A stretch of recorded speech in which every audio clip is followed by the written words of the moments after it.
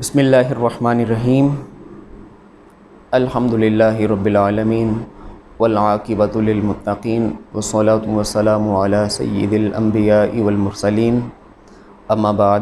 عزیز طلباء کرام، السلام علیکم ورحمۃ اللہ وبرکاتہ۔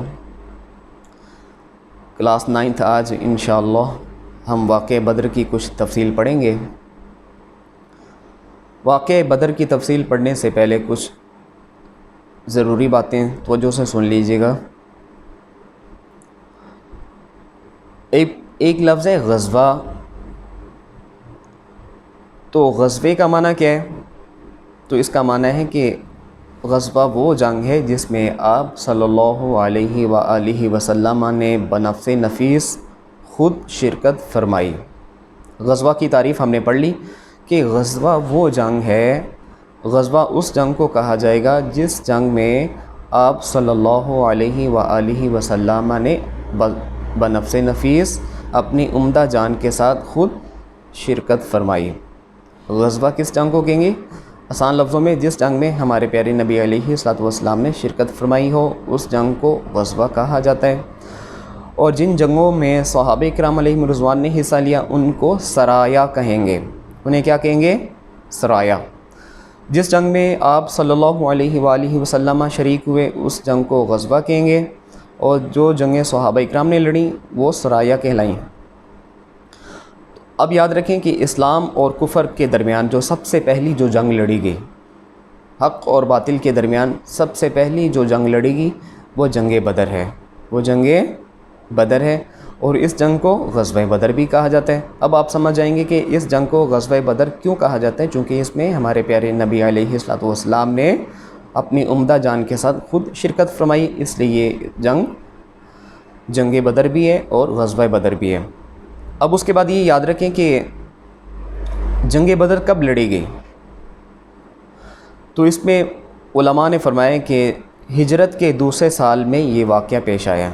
جنگ بدر والا واقعہ ہجرت کے دوسرے سال میں پیش آیا، جب ہمارے پیارے نبی علیہ السلام مکہ سے مدینہ تشریف لا چکے تھے، دوسرا سال تھا تو یہ جنگ لڑی گئی، دوسرے سال میں یہ جنگ لڑی گئی۔ اب اس کی تھوڑی تفصیل پڑھ لیتے ہیں۔ مفسرین نے فرمایا کہ ہجرت کے دوسرے سال میں یہ واقعہ پیش آیا جب رؤسائے مکہ نے مدینہ پر حملہ کیا، تو اسی زمانے میں ان کا ایک تجارتی قافلہ جو تھا نا، وہ شام سے واپس مکہ جا رہا تھا اور مدینہ کے آس پاس سے گزرنے والا تھا۔ آپ صلی اللہ علیہ وآلہ وسلم نے بزبان وحی فرمایا کہ ایک جماعت مکہ سے آ رہی ہے اور ایک یہ قافلہ ہے، ان میں سے کسی ایک سے ضرور جنگ ہوگی اور تم کو اللہ رب العزت کامیاب فرمائے گا۔ چونکہ تجارتی قافلے میں بہت تھوڑے آدمی تھے اور سامان بہت زیادہ تھا، تجارتی قافلے میں بہت تھوڑے آدمی تھے اور سامان بہت زیادہ تھا، نیز خود مسلمان بڑی ہی بے سر و سامانی اور کمزوری کی حالت میں تھے، اور مکہ کا جو فوجی دستہ تھا وہ سامان جنگ میں غرق تھا۔ 313 بے نواؤں کا مقابلہ 1000 زیادہ نوجوانوں سے ہو رہا تھا۔ اس لیے مسلمانوں کی خواہش ہوئی کہ تجارتی قافلے سے مقابلہ ہو، مکہ والی فوج سے ان کا مقابلہ نہ ہو، یعنی ان کو مکہ سے آنے والی فوج سے نہ لڑنا پڑے۔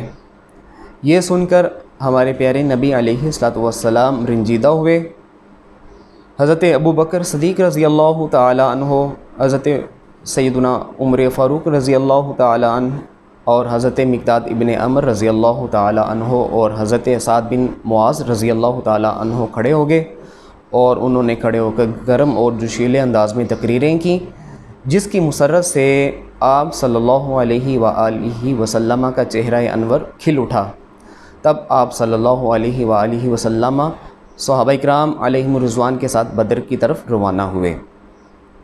واقعے کی تفصیل ہم نے مختصراً پڑھ لی، ایک دفعہ پھر توجہ کریں۔ اس کا تفصیلی ذکر سلیبس میں آئے گا، بلکہ وہ آپ سے یہ بھی پوچھیں گے بورڈ والے کہ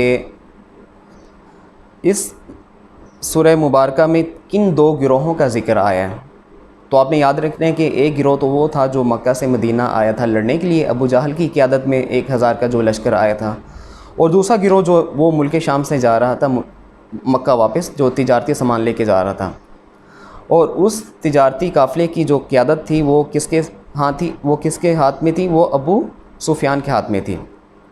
بس آج کے سبق میں صرف آپ نے اتنا سا یاد رکھنا ہے کہ یہ واقعہ بدر کی کچھ تفصیل ہے، اس سے آگے انشاءاللہ العزیز سورہ مبارکہ کو کل انشاءاللہ ہم شروع کریں گے۔